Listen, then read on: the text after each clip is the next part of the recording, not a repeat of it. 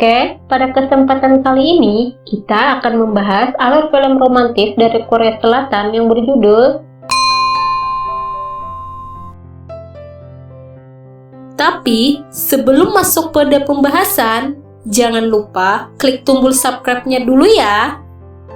Film ini mengisahkan tentang perasaan cinta seorang pemuda bernama Woo Yen yang berusaha keras untuk mendapatkan cinta dari seorang wanita yang bernama Seng Hye.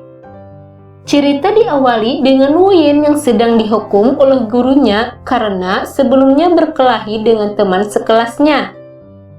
Kemudian, ada siswi pindahan yang sangat cantik melintas di hadapannya, dan Woo Yen pun langsung terpesona dan merasa jatuh cinta pada pandangan pertama.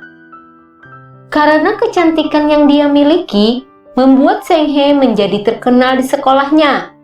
Dan banyak siswa yang menyukai dirinya, dan salah satu siswa yang sangat terpesona dengan kecantikan Seng Hye adalah Taiki. Namun, sepertinya cinta Taiki hanya bertepuk sebelah tangan karena Seng Hye tidak menyukai dirinya. Cerita berpindah saat Woo Yen dan Seng Hye membolos dari sekolah dan mampir ke sebuah kedai makanan. Di sini Woo Yen mengajak Seng Hye untuk pura-pura pacaran agar Seng Hye tidak diganggu oleh Taiki dan kawan-kawannya.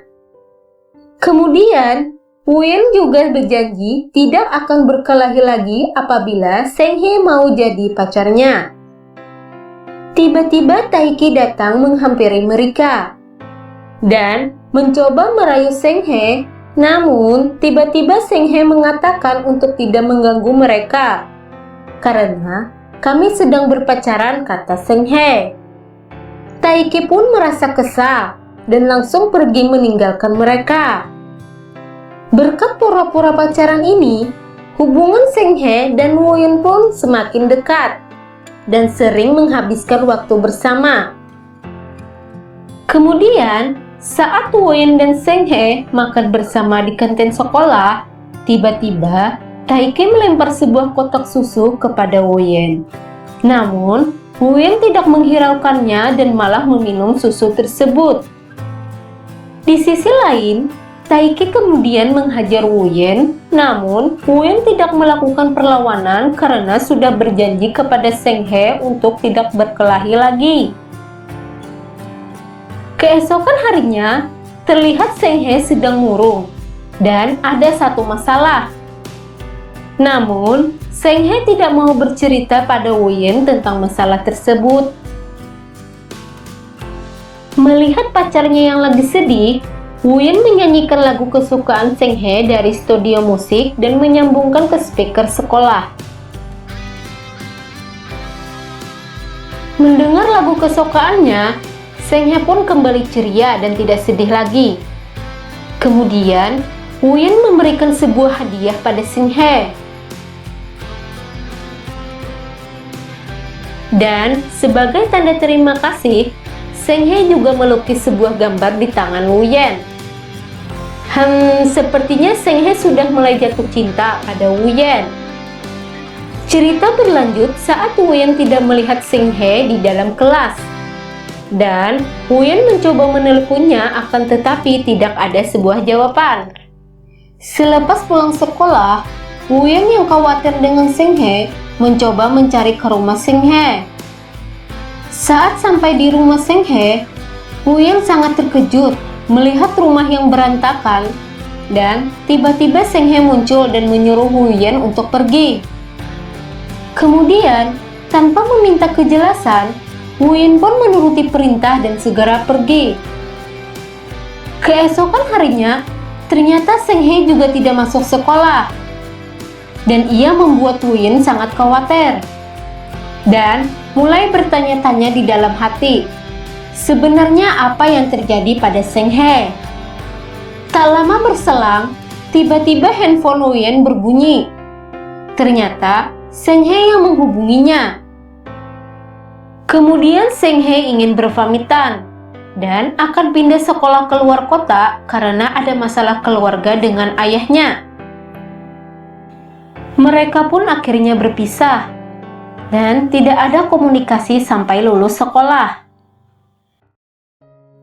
Setelah lulus sekolah, Uyen pun bekerja sebagai penjual ayam goreng. Kemudian temannya datang membawa brosur sebuah kampus. Betapa terkejutnya Uyen melihat foto Seng He di brosur tersebut. Dan dengan keinginan yang kuat, Uyen pun memutuskan untuk kuliah dan bisa satu kampus dengan cinta pertamanya si gadis cantik yaitu Seng He.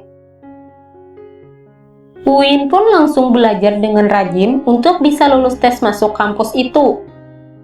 Hari demi hari ia lalui dengan belajar di dalam kamar. Berkat usaha belajar dengan keras, akhirnya Uyen diterima masuk kampus yang sama dengan Seng He.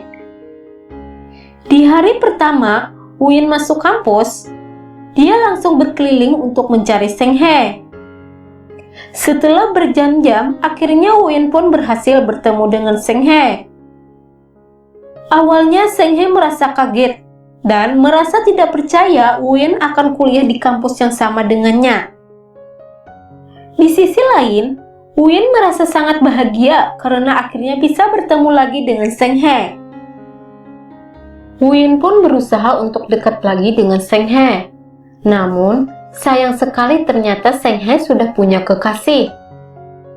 Namun Uyen tidak bersedih dan malah bersemangat untuk bisa merebut cinta Seng He kembali. Meskipun saingan Uyen kali ini adalah Hyugun, seorang kapten tim football di kampus mereka, dan Uyen pun memutuskan untuk bergabung dengan tim football tersebut. Cerita selanjutnya, saat hari ulang tahun Seng He, Uyen mau memberikan sebuah bunga. Akan tetapi, pacar Seng He terlebih dahulu membawakan bunga untuknya. Uyen pun merasa cemburu dan sangat kesal. Tanpa pikir panjang, Uyen pun melemparkan sebuah batu ke arah mobil pacar Seng He. Mengetahui Uyen yang mulai marah padanya, Seng He berusaha untuk baikan dengan Uyen. Seng He pun membuat sebuah baju dengan harapan Uyen tidak marah lagi dengannya. Di sisi lain, saat Uyen pergi ke perpustakaan, ia tak sengaja melihat pacar Seng He dengan cewek lain. Cerita berlanjut ke pertandingan football, di mana sang kapten mempertaruhkan kemenangan timnya kepada Seng He. Apabila timnya berhasil memenangkan, maka sang kapten sekaligus pacar Seng He tersebut akan membawa Seng He liburan bersama ke luar negeri.